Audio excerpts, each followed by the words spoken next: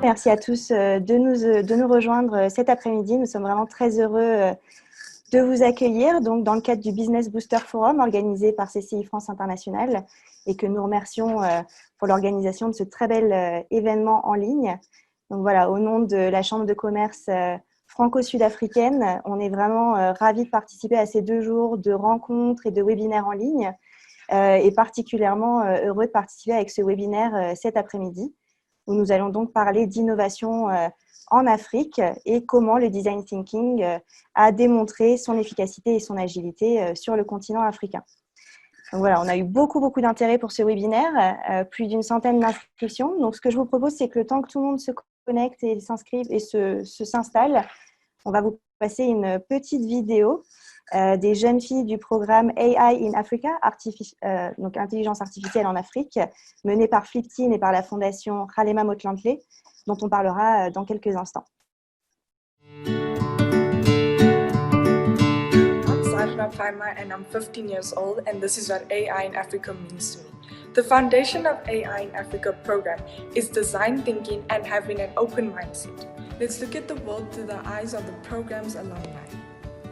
Hello good people, my name is Mobile Mofukeng from AI in Soweto. During this national crisis, we need strong leaders. We need leaders that think outside of the box. We need leaders who are not afraid of change. And without innovation, humanity will never gain access to new technologies to help us advance and prosper. And who knows, you can be one of our best leaders in the world. Just make sure that you are an innovative thinker, you are not afraid of change, and you use your design thinking skills. I know you can. Hi, I'm Tandegam Simanga from AI in Tembisa. During this tough time we're all facing, I hope you guys are working on innovative ideas to change the world and putting those design thinking hats on to more problems that need to be solved. Stay safe during this crisis and love and light to everyone now. I'm Tonga Dilata from AI in Soweto. Since we are currently faced with this pandemic, it is the right time to put our creative minds to work. I'm talking innovative and design thinking. Who knows, we might just come up with solutions to end this social crisis. After all, we are teenagers on a mission.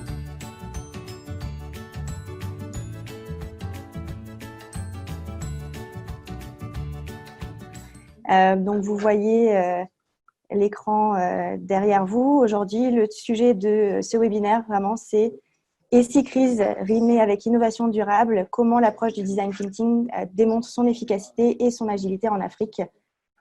Donc, ce que je vous propose, en attendant que tout le monde commence à arriver et s'installer, et pendant qu'on essaye de vous partager la vidéo, c'est de regarder un petit peu le programme, justement, de ce webinaire. Donc un programme assez dense, mais vraiment qui promet de très belles discussions et des choses, enfin vraiment beaucoup d'enseignements et d'enseignements. Voilà, ce sera donc de commencer par une présentation assez générale du thème de ce webinaire et notamment présenter, voilà, qu'est-ce que le design thinking, pardon, présenter les contours, les différents principes et les attributs. Et l'idée ensuite de ce webinaire, c'est vraiment aussi de voir la mise en application de ces principes et de ces attributs de façon un peu concrète. Donc, on va avoir 4 études de cas qui vont se succéder, où on va voir justement comment le design thinking s'invite dans la vision, dans les solutions, les partenariats, les projets des entreprises sur le continent. Donc, notamment à travers 4 exemples, avec des exemples ici en Afrique du Sud, mais également au Burkina Faso et puis au Botswana. Donc, voilà un beau programme. Et ensuite, on aura une séance de questions-réponses en fin de session. Donc, ce qu'on va faire, c'est qu'on aura vraiment la présentation du thème général dans un premier temps, les 4 études de cas successivement, et ensuite, on ouvrira donc la séance de questions-réponses. Mais n'hésitez pas à utiliser voilà, la boîte de dialogue en bas de votre écran pour poser des questions tout au long des présentations que nous allons collecter, et on y répondra voilà, plus tard, un petit peu plus tard dans le webinaire.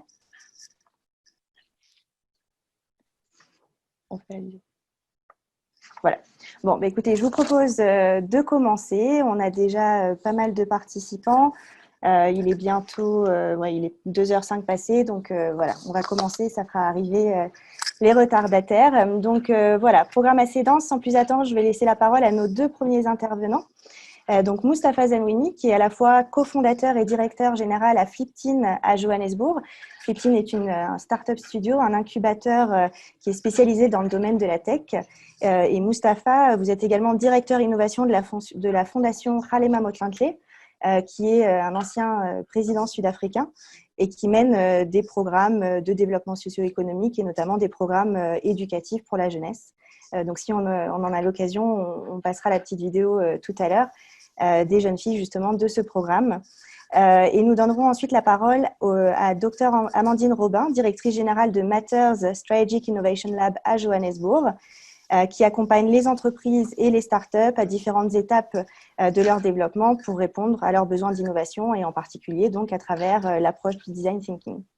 Donc Mustapha et Amandine, vous avez la parole. Ok. Bon, je vais entrer tout de suite dans le vif du sujet. Quand on parle de mettre l'humain au cœur de la démarche de l'innovation, on commence par enseigner l'empathie à nos étudiants. Et c'est le cœur même du design thinking. On commence par définir une carte de l'empathie autour de la personne qui va aussi servir à nos collaborateurs pour mieux sélectionner la priorité des tâches, des fonctionnalités à implémenter. Une carte de l'empathie, en général, ça permet d'offrir une visualisation de ce que là où les personnes disent, les mots verbatim qu'ils utilisent, mais aussi ce qu'ils pensent, ce qu'ils font, ce qu'ils ressentent autour du problème actuel ou de l'expérience qu'ils vivent. L'empathie en elle-même est une des compétences identifiées par le Forum économique mondial pour mieux aborder le travail de demain, entrer dans ce qu'on appelle la 4e, voire même la 5e révolution industrielle. Que l'on soit jeune, c'est plus facile de commencer par cela, ou adulte. Et en particulier, l'empathie contribue à la définition des valeurs de la personne, de sa capacité d'être un citoyen actif. Donc, c'est une des compétences. Les autres compétences requises, l'imagination et la créativité, la collaboration, la communication, et surtout un bon cadrage du problème qu'on verra un peu plus tard avec Amandine, afin de trouver plus rapidement des solutions innovantes. Et les activités même du design thinking, qu'on verra un peu dans le processus dans la deuxième partie, incluent par leur nature la pratique de toutes ces compétences.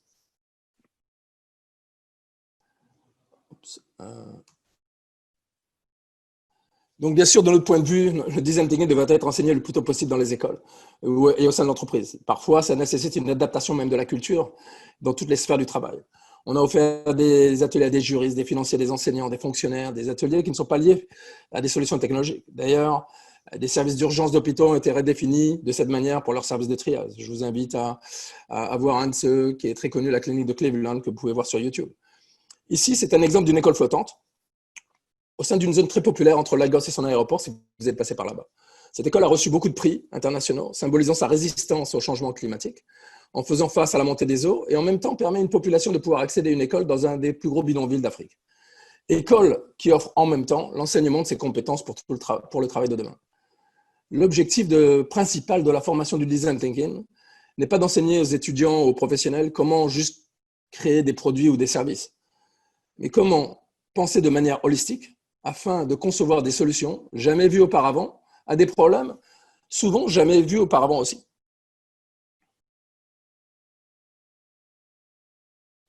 Donc, c'est quoi l'état d'esprit? Quand on parle d'état d'esprit du design thinking, ça correspond à quoi? On a parlé d'empathie, mais aussi, c'est une question d'avoir confiance dans sa créativité. Ça veut dire quoi? Ça veut dire, c'est l'idée que tout le monde peut générer de grandes idées et que l'on peut se donner les moyens d'agir dessus nous-mêmes. C'est de regarder l'échec différemment, de penser à l'échec en tant qu'itération dans ce processus de création.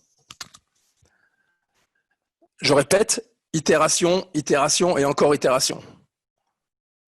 On valide continuellement nos idées parce que l'on écoute les gens pour lesquels on a conçu ces solutions. Agir, c'est commencer simple et apprendre avec chaque itération. Et surtout, je dirais aussi accepter l'ambiguïté. Ce n'est pas toujours facile, mais on doit se donner la permission d'explorer tout genre de possibilités pour découvrir la bonne réponse. C'est donc de prendre une approche de pensée intégrative, on parle de cette pensée intégrative ou holistique, quant au processus de définition du problème.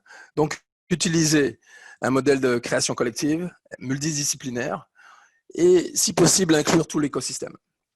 Et surtout, comme on a pu voir dans la petite vidéo des filles, et j'espère qu'on la verra à la fin, le plus important, c'est de rester optimiste pour pouvoir aller de l'avant.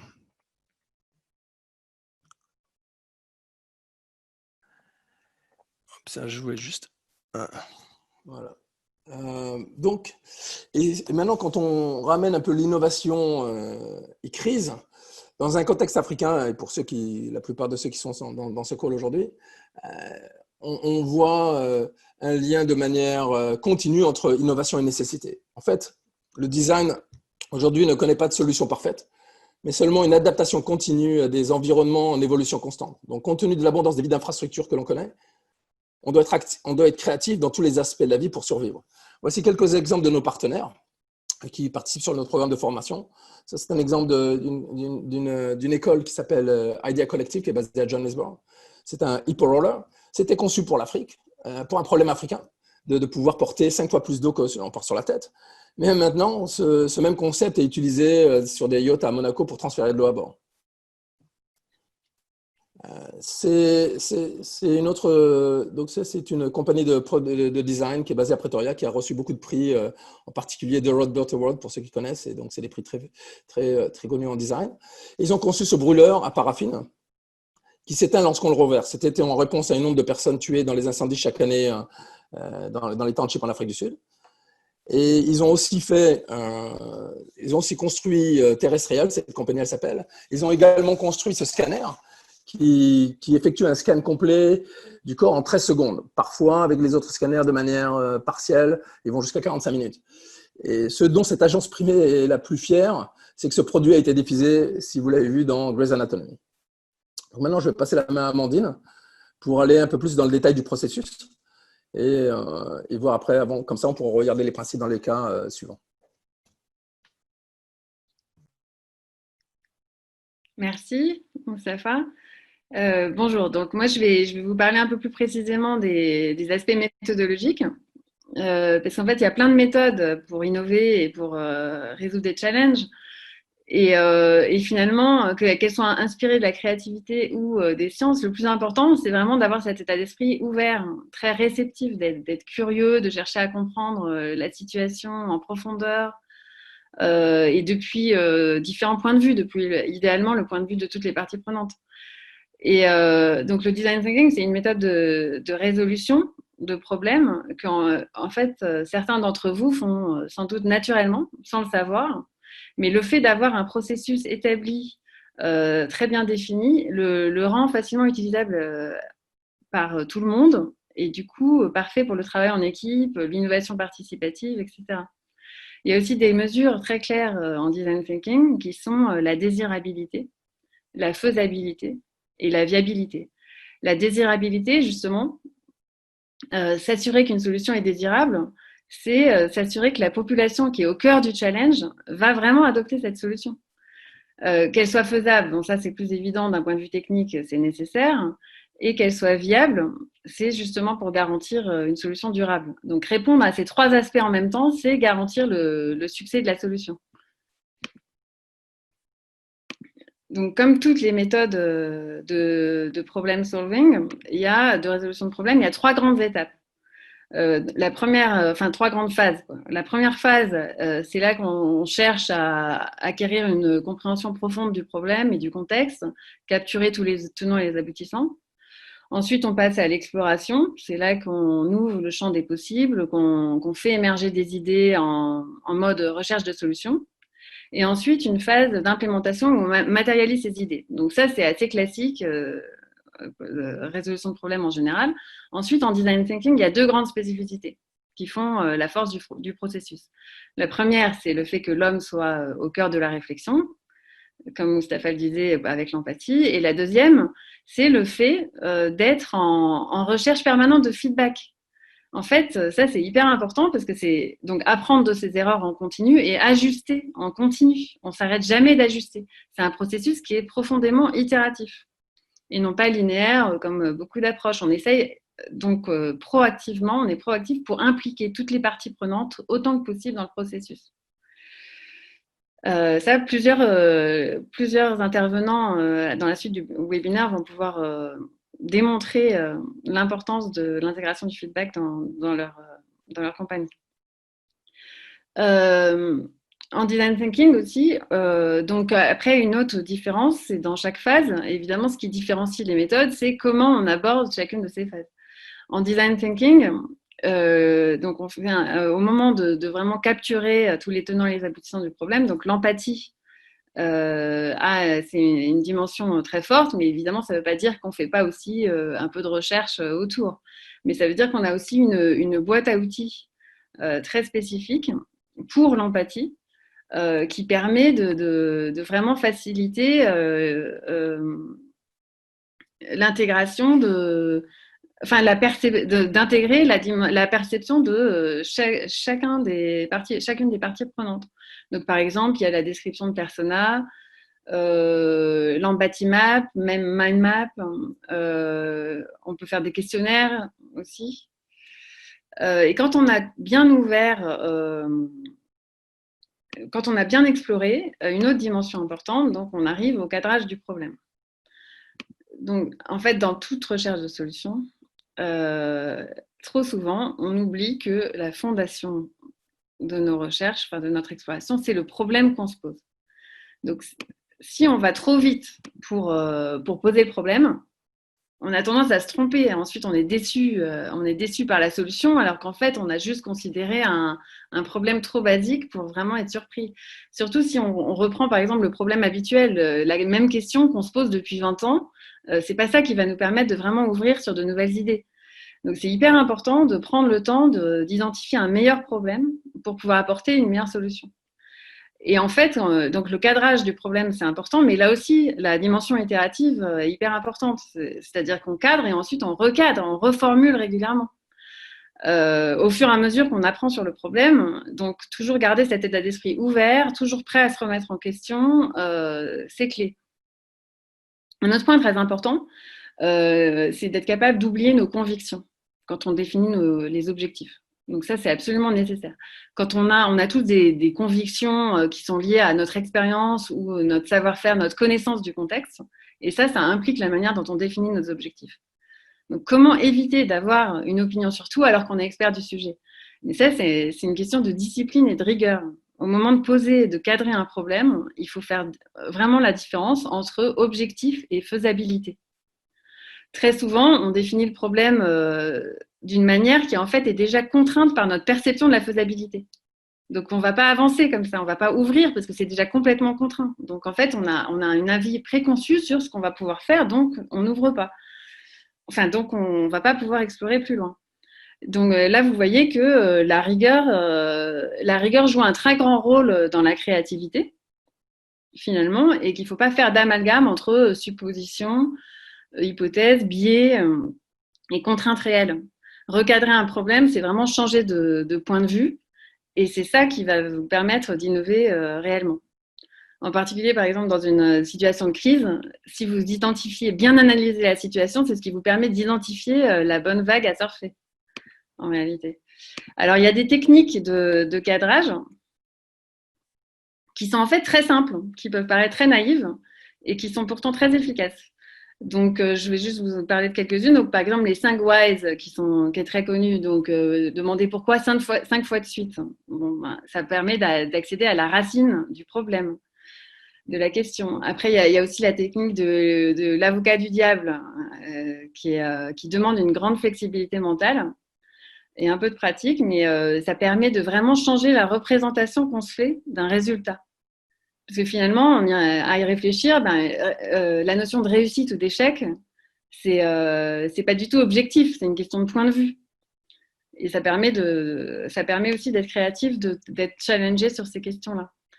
Quelles que soient les techniques que vous utilisez, ce qui est important, s'il y a une chose à retenir, c'est de ne pas se précipiter vers la recherche de solutions. Il faut d'abord bien cadrer son problème de manière explicite, sous la forme d'une question, souvent ça aide, de ne pas hésiter à poser des questions naïves, de remettre en question même l'évidence. Toutes les hypothèses que vous avez depuis 5 ans, 10 ans, c'est peut-être le moment de les remettre en question. Même si ça paraît très évident aussi, il ne faut pas confondre problème et solution. Donc, très souvent, la solution est implicite dans le problème qu'on a défini. Donc voilà, ça c'est des conseils. S'appliquer cette discipline dans le cadrage du problème, c'est très important pour avancer. Un autre point que je voudrais souligner sur le design thinking, c'est le fait que ça s'applique à tout. Donc, c'est vraiment une méthode très générique. Donc, contrairement à, enfin, si ça s'appelle design thinking, c'est que ça vient initialement de la pensée du designer, mais ça ne veut pas du tout dire qu'on a besoin d'un designer dans l'équipe. Ça s'applique et c'est centré sur l'humain, mais ça ne veut pas dire que ça s'applique uniquement aux problèmes sociaux.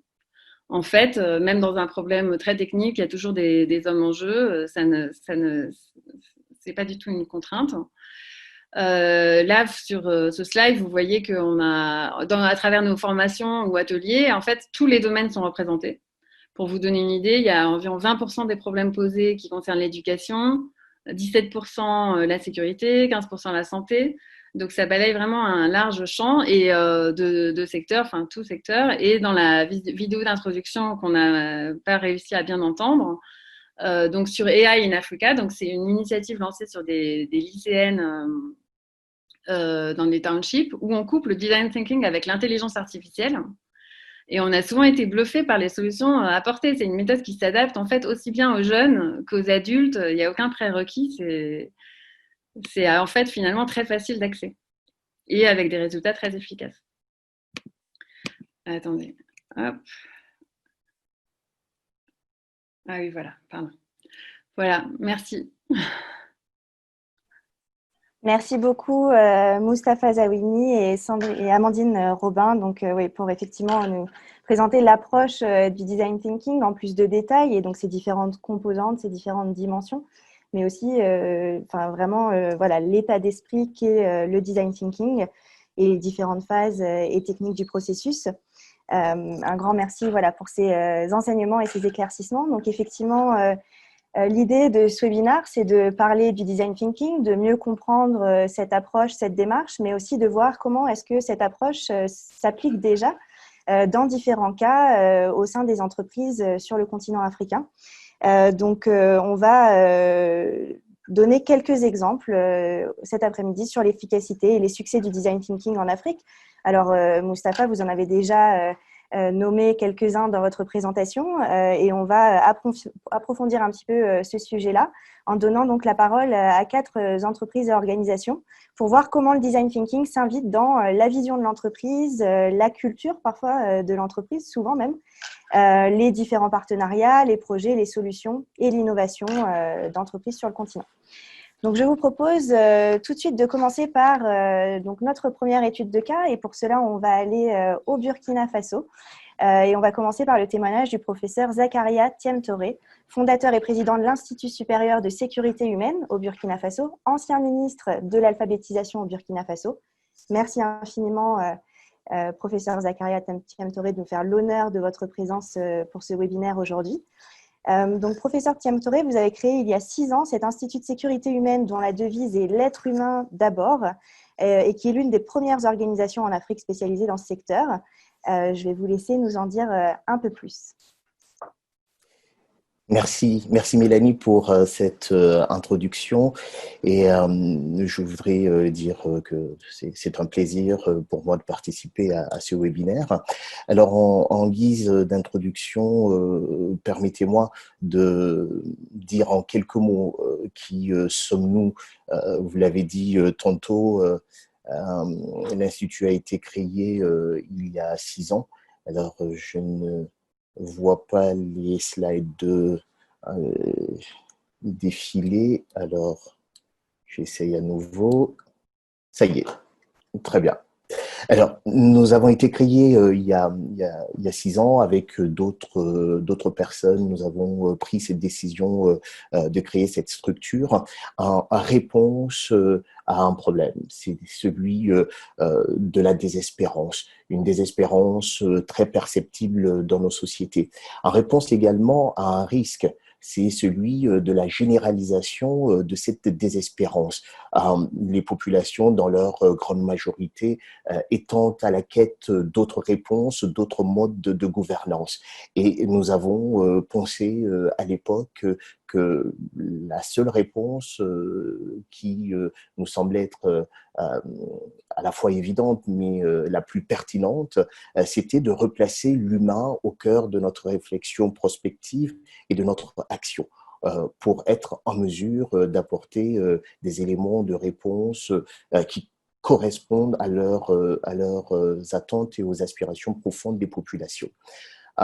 La crise liée au coronavirus est venue un peu nous donner raison, parce que cette crise a rappelé un peu la faiblesse humaine et la vulnérabilité. Cette vulnérabilité à la fois dans les sociétés africaines, mais on a vu un peu partout dans le monde. Alors, première réaction, c'était de mobiliser nos équipes pour que nous puissions utiliser les outils que nous avons, notamment en résolution de problèmes complexes, donc les outils design thinking, Arba Palabre, pour tout de suite penser des éléments de mitigation face à cette crise, et des éléments de mitigation qui ne heurtent pas, qui ne viennent pas, on va dire, aggraver le problème. Et nous avons fait des propositions avec la publication de rapports. Nous avons également, dans le même temps, mis tout de suite nos brigades en route pour aller vers les populations, parce que nous avons pensé qu'il était essentiel de produire de la donnée, de pouvoir analyser les comportements humains en situation de crise et d'utiliser en fait cette donnée pour anticiper et alimenter notre réflexion prospective. C'est une des illustrations des séances de débriefing avec les jeunes de la brigade qui sont allés rencontrer ces populations et qui ont travaillé avec elles pour bien comprendre ce qui était à la fois leur lecture de la situation, de la crise, et ce qu'elles attendaient comme élément de réponse. Slide suivante. Devant une situation de crise, pour nous, la réponse est très claire. Il faut procéder par l'innovation, il faut donner aux acteurs la possibilité de créer eux-mêmes leurs solutions. On n'a pas d'autre choix que de sortir des sentiers battus en situation de crise. D'autant plus que la crise peut être liée à une situation totalement inattendue, un problème que personne ne pensait vivre. Et à ce moment-là, il faut faire confiance au génie créateur des acteurs. Et sinon, les conséquences peuvent être désastreuses. Alors, je voudrais vous donner quelques exemples concrets que nous avons observés en tant que centre de recherche et d'innovation. C'est les réactions populaires face aux décisions qui ont été prises dans le cadre de la lutte contre la propagation du virus. Il a été décidé à Ouagadougou, par exemple, la fermeture des marchés. Quand on sait ce que représentent les marchés pour les populations, effectivement, une telle solution a posé des problèmes. Au bout de quelques semaines, les populations ont manifesté et ont réclamé et obtenu la réouverture des marchés. C'est pareil pour les lieux de culte, où après quelques semaines, on a vu apparaître ça et là des contestations, et les personnes ont souhaité en fait être responsabilisées et apporter elles-mêmes des réponses et pouvoir reprendre leur culte normalement. Et là encore, une fois de plus, on a observé une ouverture des lieux de culte. Alors, le dernier exemple, c'est la fermeture des écoles. Là, c'est encore plus grave, parce que les conséquences, on va les vivre pas simplement aujourd'hui, mais on les vivra aussi demain, notamment pour ceux qui sont en milieu rural et pour qui l'école est un espace essentiel de vie, de rencontre, d'apprentissage, et du jour au lendemain privé d'école. Et les solutions pour accompagner en fait cette décision sont assez faibles. Parce que en milieu rural, on a vu que beaucoup sont restés en dehors de tout moyen d'apprentissage. Ce qui me permet d'aller vers la diapo suivante et dire que pour nous, il est clair que en période de crise, il faut accentuer l'innovation. Et c'est pour cela que notre ambition est de continuer à créer les outils au niveau de l'Institut supérieur de sécurité humaine pour avoir en fait des éléments que l'on peut utiliser. Nous parlons beaucoup d'innovation sociale parce que nous pensons que c'est essentiel et l'un de nos projets à court terme, c'est la création de cette chaire qui sera consacrée à l'innovation sociale et à la sécurité humaine en Afrique francophone. La slide suivante, je pense que nous acheminons vers la conclusion. Voilà. C'est pour dire que l'innovation durable en Afrique passe par cette compréhension de l'humain dans son contexte. Si on fait abstraction de cela, on passerait à côté de l'essentiel. Ensuite, il y a cette intégration de la connaissance dans les programmes de formation, parce que lorsque nous allons à la rencontre des populations et que nous créons de la connaissance, c'est pour ensuite les injecter dans nos programmes de formation pour que nous parvenons à constituer une masse critique d'acteurs du changement qui vont prendre en main et en charge la construction de l'avenir souhaitable, de l'avenir qui, pour eux, est l'objectif, en fait, à poursuivre et à construire.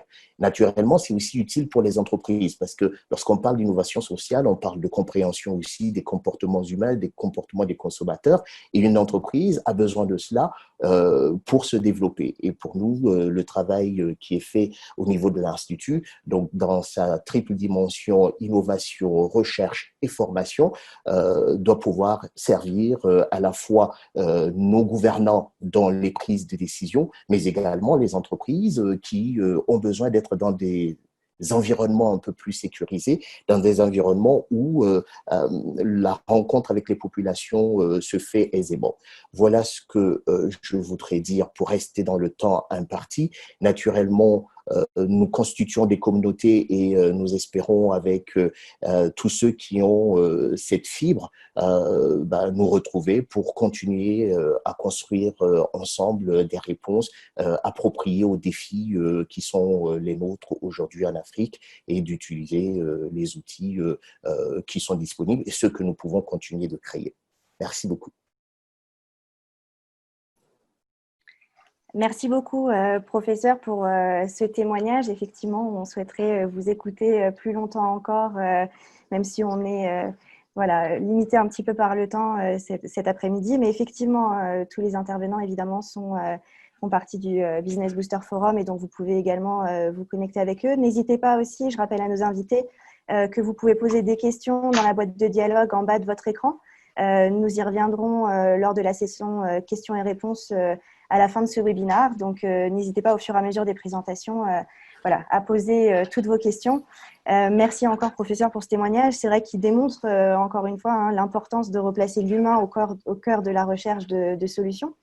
Et ce qui est certainement très marquant dans les différents exemples que vous nous avez présentés, c'est vraiment l'écoute du feedback de la personne qui est impactée par le problème. Et c'est quelque chose que Amandine, vous avez vraiment vous avez mis l'accent sur l'écoute du feedback et l'intégration de ce feedback. Et puis le recours à des solutions locales qui a ici été vraiment déterminant dans la crise. Donc un grand merci, professeur Thiam Touré, pour votre témoignage et puis pour votre vision terrain. Voilà, donc n'hésitez pas encore une fois à poser vos questions dans la boîte de dialogue. Nous allons passer dès maintenant à notre deuxième étude de cas. Donc nous partons entre l'Afrique du Sud et le Botswana, alors que je donne la parole donc à François-Xavier Létendard. François-Xavier, vous êtes consultant solutions à Dassault Systèmes en Afrique du Sud. Dassault Systèmes qui propose aux entreprises des univers virtuels pour imaginer des innovations durables et qui mène des programmes de transformation digitale auprès de ses clients. Vous êtes justement directeur technique sur le projet Depswana, qui est l'une de vos entreprises clientes, et voilà, vous allez nous parler des méthodes d'engagement utilisées par Dassault Systèmes à travers l'exemple de ce partenariat. Exactement. Merci Mélanie pour cette introduction et aussi un grand merci de nous avoir invités pour établir cette étude de cas de notre méthode d'engagement appliquée au design thinking. Donc du coup, juste quelques mots d'abord sur Dassault Systèmes. Donc vous l'avez introduit, Dassault Systèmes, c'est l'histoire d'une compagnie qui a évolué de start-up à leader en innovation Aujourd'hui, on fournit des solutions digitales à plus de 250 000 entreprises dans 11 industries dans le monde. Donc, quelques exemples de challenges en innovation que Dassault Systèmes a relevé. Donc, leader mondial en 3D design, pionnier de la maquette digitale avec notamment le Boeing 777 qui était le premier avion 100% conçu digitalement. Ensuite, leader dans le domaine du PLM, donc le Product Lifecycle Management. Et puis aujourd'hui, Dassault Systèmes promue la 3D Experience.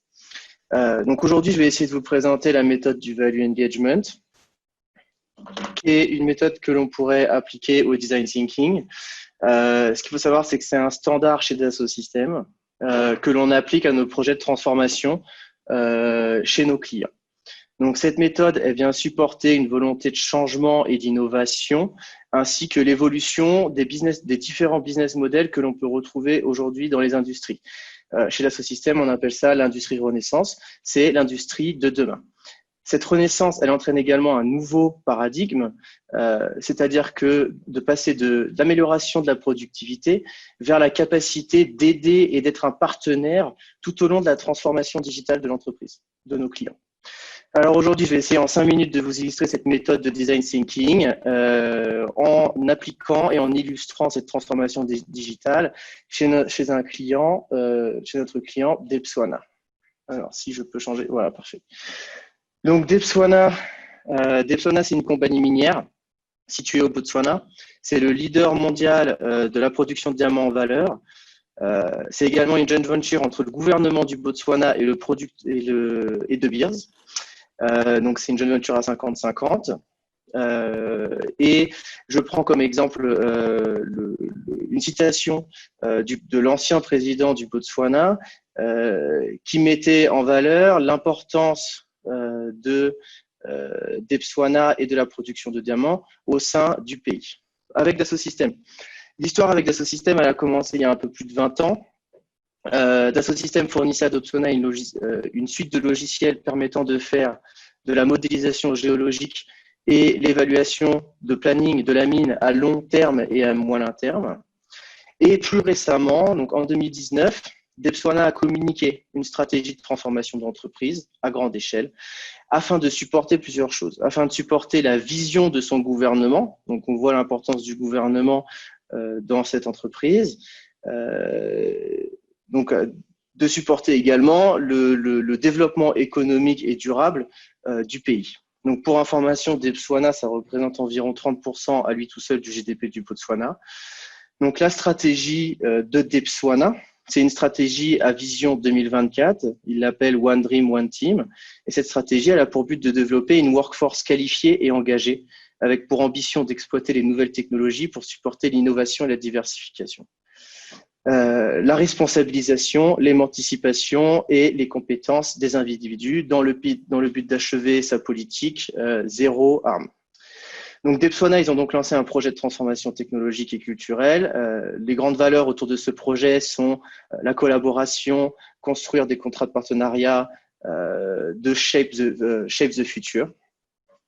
Et pour ce faire, Debswana a fait plusieurs partenariats pour supporter cette stratégie, dont Dassault Systèmes fait partie. Donc ce que nous avons mis en place, donc Dassault Systèmes fournit sur le côté gauche la 3D Experience, donc ça c'est le compas que vous voyez à gauche, comme un moteur pour supporter ce programme de transformation d'entreprise. Et ensuite, on associe un programme de transformation, donc c'est la méthode de Value Engagement, avec au cœur l'humain, les processus, la technologie et l'information. La technologie est souvent un catalyseur. L'information peut être l'information au niveau des données qui sont gérées par les systèmes d'information, mais également des flux d'informations qui sont partagés entre les différents départements de l'organisation ou des différentes personnes à l'extérieur. Donc, en quoi ça consiste? Les différentes phases. Donc, Amandine a présenté des méthodologies itératives. Donc, celle-ci est également itérative avec plusieurs grosses phases. Donc, la première, c'est le value assessment. Donc, ici, on essaie de comprendre l'écosystème du client. Pourquoi est-ce qu'il a besoin de se transformer? Quelles sont ses motivations qui peuvent être internes ou externes et qui pourraient le pousser à agir? On initialise la justification métier et pour ce faire, on se rend sur place. Dans le cadre du Covid, on fait des workshops en remote, des interviews, afin de créer le business case, de ce changement. La deuxième phase, c'est le value definition. Donc là, on commence à imaginer et à construire la solution avec le client. On va regarder les solutions de dites Aziz, donc comment est-ce que le client travaillait, les solutions de dites To Be, ainsi que les différents processus d'entreprise que cette solution devra supporter et aider. La phase d'après, c'est le value commitment. Donc ici, on va commencer à démontrer la valeur, on va commencer à convaincre, avec des données qui sont quantifiables, avec des KPI qui sont évoluables. On fait de la réingénierie des processus métiers. Et enfin, on va définir une feuille de route et un plan d'action qui va permettre de sécuriser la livraison de ce projet. Et enfin, la livraison de ce projet via la phase de value delivery. Donc ici, c'est vraiment le déploiement et l'intégration du programme qui peut être fait en collaboration avec des partenaires ou en direct par Dassault Systèmes et qui va prendre en compte notamment tous les facteurs de changement, donc de change management au niveau de l'entreprise, donc ici de Depsona. Donc, en quelques mots pour finir, sur la partie qui était à gauche au début du compas, donc la plateforme 3D Experience Platform, qui est une plateforme qui permet de digitaliser l'expérience du client en supprimant les silos et en permettant une collaboration de bout en bout. Depuis l'idéation, la création, la simulation et dans le cas de Depsona jusqu'à la fermeture et le décommissionnement de ces mines, dans le respect de la nature afin de permettre une harmonisation entre le produit qui est la mine, la nature et la vie qui est au centre de l'humain. Et pour ce faire, on utilise des facteurs qui sont le digitally connected, le model-based engineering. Bien entendu, cet environnement sera data-driven, donc au centre de la donnée, avec une plateforme qui permet de mettre en relation le virtuel et le réel au centre de la collaboration. Voilà pour une illustration rapide. Et je vous remercie. Merci beaucoup François-Xavier pour ces éléments de contexte. Donc effectivement, beaucoup de choses qui résonnent avec la présentation générale que Mustapha et Amandine ont fait du design thinking en début de webinaire. Vous avez vous-même fait le lien avec les méthodologies effectivement itératives et puis peut-être quelque chose à souligner aussi, c'est vraiment voilà, cet état d'esprit très ouvert en fait quand vous utilisez que vous utilisez dans l'engagement avec vos clients et qui vous permet vraiment d'aborder des terrains inconnus et toutes sortes de solutions. Donc, encore une fois, un exemple vraiment très intéressant d'application de techniques et puis de principes du design thinking au sein d'une entreprise. Merci beaucoup, François-Xavier. Donc, je rappelle encore une fois à nos invités, n'hésitez pas à utiliser la boîte de dialogue en bas de votre écran pour poser toutes vos questions auxquelles nous reviendrons après les différentes études de cas lors de ce webinaire. Donc, nous allons passer maintenant à notre troisième étude de cas. Donc, nous revenons cette fois-ci en Afrique du Sud avec Cédric Serre, directeur marketing pour l'Afrique australe à Bureau Veritas, ancien directeur de la Chambre franco-sud-africaine, je tiens également à le souligner. Bureau Veritas est un leader mondial et une référence des services d'essai, d'inspection et de certification. Et en Afrique du Sud, la crise a effectivement rimé avec innovation pour Bureau Veritas. Et donc, Cédric, je vous laisse nous en dire un peu plus. Merci Mélanie. Bonjour à tous. Donc, la situation cette année avec la pandémie, la crise, nous a poussé, nous a incité à devoir innover. Donc là, je vais vous parler d'un exemple qui est l'inspection à distance, le remote inspection, qui est un des services sur lequel on avait travaillé déjà depuis plusieurs années, mais qui, avec la situation actuelle, nous a obligés à devoir changer. Et c'était en fait là le vrai cœur pour l'innovation, comme on avait vu jusqu'à maintenant, et c'est aussi la culture du changement. Et ça, c'est un point qui est important, que ce soit dans les sociétés ou que ce soit aussi vis-à-vis des clients. Donc, Bureau Veritas est une société qui a déjà maintenant plus de 190 ans. qui a une vraie culture, qui a des méthodes de fonctionnement. Et nos clients aussi avaient des manières de fonctionner. Et le changement est toujours un peu difficile. Il faut l'accompagner et s'adapter. Donc, on a exploré et voir comment on pouvait créer de la valeur avec nos clients, faciliter le travail, enlever les barrières. Et comme on a dit aussi, donc il fallait cadrer le problème pour être sûr qu'on apportait la bonne réponse à la question. Donc, vous voyez sur la prochaine slide. Donc la réponse que l'on a eue ici, c'était donc l'inspection à distance. Ce qui veut dire, en fin de compte, c'est qu'au lieu d'envoyer un inspecteur sur le terrain, on a été capable, avec des outils digitaux, d'aller inspecter des produits de nos clients sur le terrain sans avoir à se déplacer.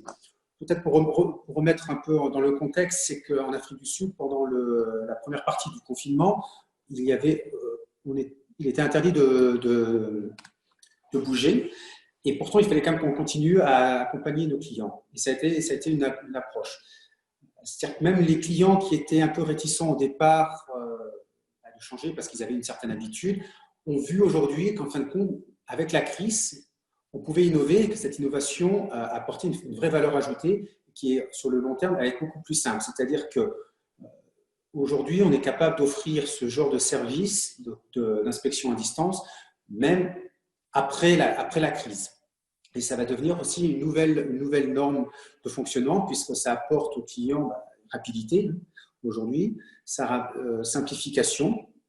Et alors, on est assez fiers puisqu'en fait, en Afrique du Sud, on représente dans notre business 55% des inspections qui ont eu lieu à distance ont été faites par nous en Afrique du Sud. Donc, ça montre bien, en fin de compte, qu'en Afrique, on a aussi cette capacité d'adaptation. Peut-être, oui, donc on voit quand il y a une situation de crise, parce qu'on a les outils et on va réfléchir aussi à comment s'adapter.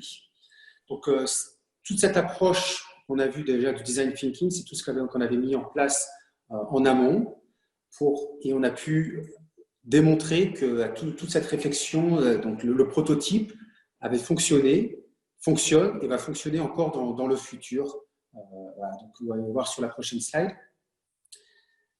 Donc, on a pu mettre en place tout ce process d'inspection à distance et on a même pu être un cas d'école, même par rapport à d'autres divisions chez Bureau Veritas, pour qu'aujourd'hui, on copie ce qui fonctionne pour pouvoir le mettre aussi en place pour d'autres types de services, que ce soit des inspections techniques ou de la certification.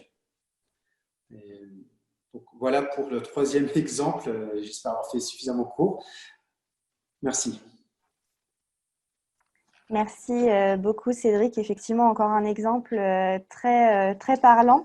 Tout à l'heure, Amandine, vous nous parliez des critères de succès d'une solution, donc la désirabilité de la personne impactée, la faisabilité technique et la viabilité économique. Et c'est vrai que là, on voit vraiment typiquement dans cet exemple que Bureau Veritas avait donc déjà la solution, donc une solution qui était techniquement mature, qui était économiquement donc intéressante, mais qui rencontrait des résistances en interne et puis en externe de la part des inspecteurs et puis du client. Et donc, voilà, on voit qu'ici, la crise a joué un rôle de basculement et vraiment a permis le succès de cette innovation.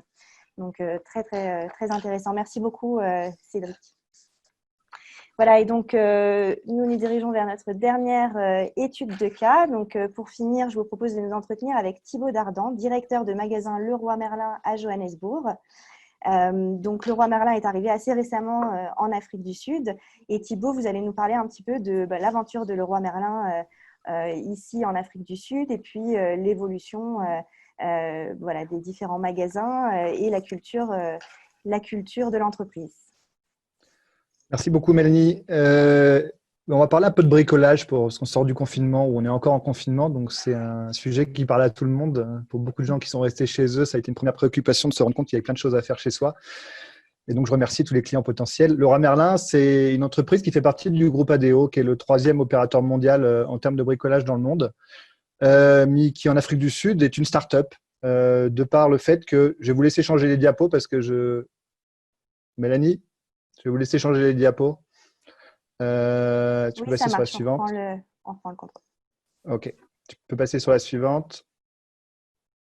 Ok. Finalement, Leroy Merlin en Afrique du Sud, c'est une start-up. On a beau être un gros mammouth international, chaque entreprise par elle-même a une adaptation locale très forte et une grande autonomie, ce qui fait déjà partie de notre culture du démarrage. Et encore plus en Afrique du Sud. On est une entreprise qui est née il y a 4 ans en Afrique du Sud et on est arrivé à 20 personnes de l'étranger, de plusieurs pays, de plusieurs cultures. Et on s'est focusé sur la création d'une entreprise adaptée à l'Afrique du Sud autour du bricolage, avec beaucoup de recherches, beaucoup d'analyses. On a visité 500 maisons à Johannesburg, que ce soit dans les townships, que dans n'importe quel quartier de Johannesburg, pour comprendre comment les Sud-Africains habitaient.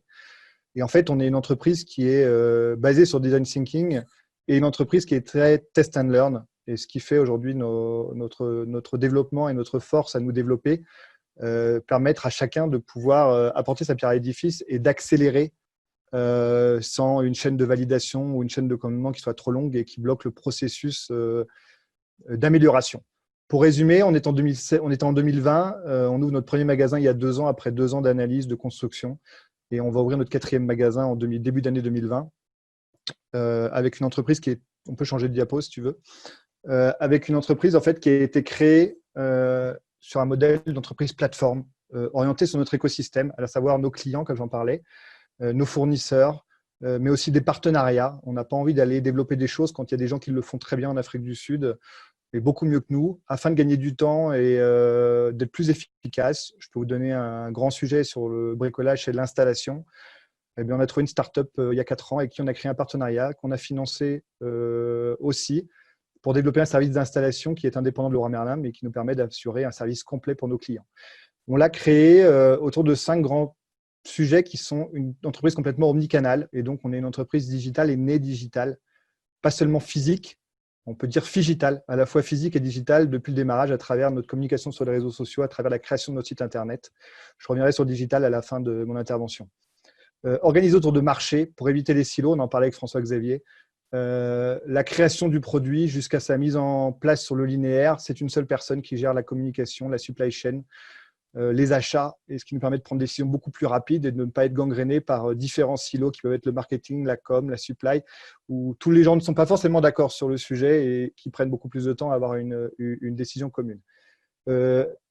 Plateforme, j'en ai déjà parlé et je voulais insister sur 2 sujets qui sont aussi agiles que possible et le moins hiérarchique que possible. Je vais commencer sur la slide suivante sur le moins hiérarchique que possible. Et en fait, c'est la philosophie qu'on a développée depuis le démarrage et j'ai envie de résumer ça en fuck the rules. Alors, pour les francophones qui ne parlent pas du tout anglais, j'imagine que vous comprenez quand même cette phrase.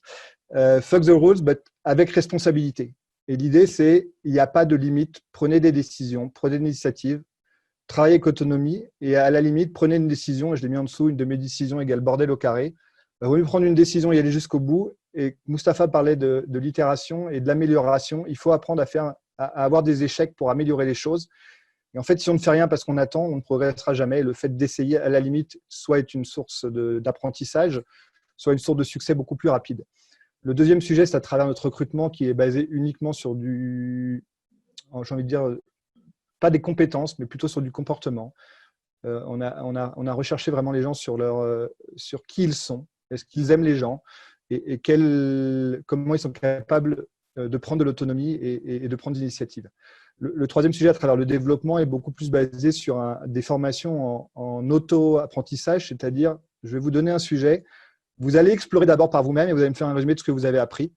Et après, on développera le sujet ensemble, ce qui permet en fait un taux de rétention de l'information qui est beaucoup plus important avec des équipes qui sont beaucoup mieux formées parce qu'elles ont fait les recherches par elles-mêmes et ce qui pousse aussi à la prise d'initiative dans le futur sur le développement du business. Le dernier sujet, c'est sur la promotion et ça c'est international, la promotion interne. On essaye de prendre des gens et de les former et de les faire évoluer pour prendre le relais avec une grosse notion de feedback, que ce soit dans nos entretiens annuels ou tout au long de l'année. Et chaque collaborateur doit demander des feedbacks à ses collègues pour l'aider à avoir un autre regard sur lui-même et l'aider à s'améliorer. Et Mustapha en parlait aussi au démarrage. Autour du leadership model, c'est-à-dire qu'on veut vraiment avoir 100 000 leaders dans le monde.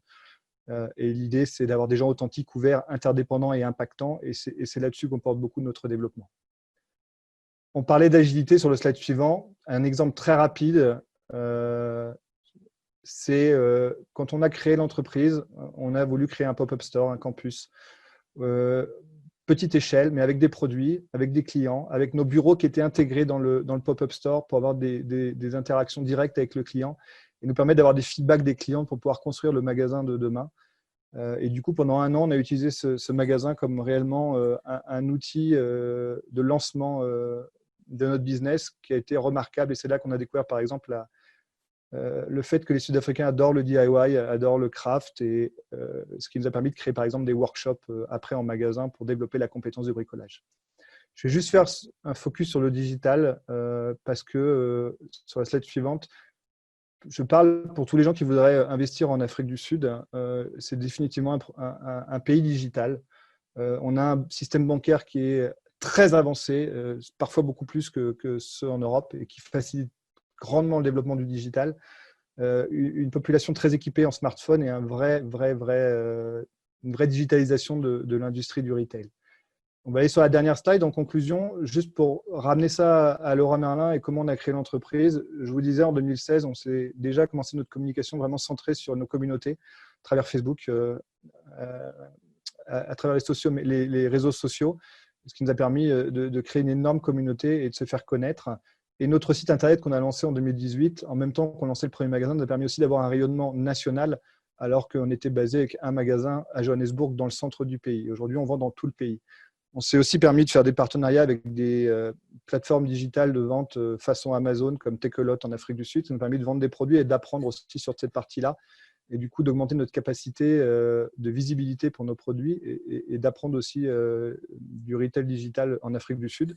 Ce qui fait qu'aujourd'hui, si on prend juste le bricolage, on est le deuxième site internet marchand de bricolage en Afrique du Sud avec 1 million de visites par mois, quand le leader qui est là depuis 40 ans a 2,5 millions de visites. Donc on a fait la moitié du chemin pour aller chercher le leader en 2 ans, ce qui nous satisfait énormément et nous donne encore plus d'énergie pour aller plus loin, et ce qui fait déjà 4% de notre chiffre d'affaires à travers le digital.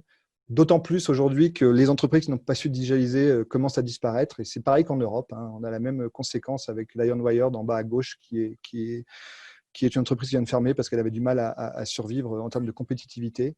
La crise a accéléré encore le digital comme en Europe, effectivement. Et on peut le voir à travers les magasins de jouets qui n'étaient pas du tout digitalisés, pas du tout de site marchand. Et tout le monde a créé son site marchand pendant le lockdown pour répondre à la demande. Et pendant ce confinement qui faisait qu'il n'aurait pas survécu si ce n'était pas modernisé très rapidement. Ce qui fait que pour nous, il y a encore beaucoup d'opportunités de business. Et le dernier exemple que j'ai pris à travers notre marketplace qu'on est en train de créer et de lancer pour vraiment devenir numéro 1 sur le bricolage en Afrique du Sud, et peut-être en Afrique après, c'est une de nos ambitions. Mais on est rentré par l'Afrique du Sud à la fois physiquement par nos magasins et ce qu'on peut donner à nos clients dans le magasin, et à la fois notre approche digitale. Voilà Mélanie, je vous remercie. Merci beaucoup Thibaut. Oui, effectivement, beaucoup de choses très intéressantes encore une fois dans l'exemple de Leroy Merlin en Afrique du Sud. C'est vrai que peut-être que ce qu'on peut retenir ici en particulier, c'est effectivement la culture d'entreprise test and learn et de l'innovation qui fait écho à la culture du prototype et de l'expérimentation, vraiment d'être dans l'action, qui est typique au design thinking, et puis tout en gardant une pensée aussi intégrative, en prenant en compte le feedback des clients pour guider son action. Peut-être quelque chose aussi d'assez intéressant, c'est que l'impact de la crise ici n'encourage pas seulement à être innovant, mais finalement en fait sanctionne ceux qui ne le sont pas. Donc merci beaucoup encore une fois Thibaut. Voilà, alors bon, on a essayé de se limiter un petit peu dans le temps parce que c'est des sujets qui sont tellement passionnants et on pourrait en dire vraiment encore et encore. Donc merci à tous d'avoir joué le jeu et limiter un petit peu vos interventions. Si vous avez des questions, je parle à nos invités, n'hésitez pas, c'est le moment. On peut encore prendre, on peut prendre 1 ou 2 questions peut-être en clôture de ce webinaire. Ou je ne sais pas si Mustapha, Amandine, vous souhaitez aussi reprendre la parole et rebondir sur quelques éléments qui vous ont paru particulièrement intéressants au fil de ces études de cas. Voilà, si vous avez des questions, n'hésitez pas. Vous avez aussi une petite main en bas de votre écran qui vous permet de poser votre question en direct. Mais je crois qu'on a un public assez timide aujourd'hui. N'hésitez pas toutefois encore, hein, on a quelques minutes si besoin.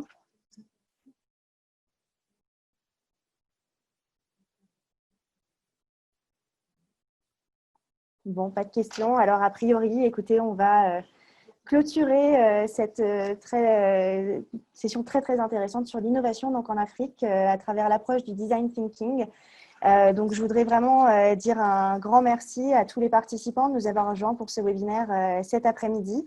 Merci également à tous nos intervenants pour avoir expliqué les différents contextes de leurs entreprises et nous avoir donné des illustrations très concrètes en termes de design thinking. N'hésitez pas à prendre contact avec les différents intervenants, avec la Chambre de commerce franco-sud-africaine également.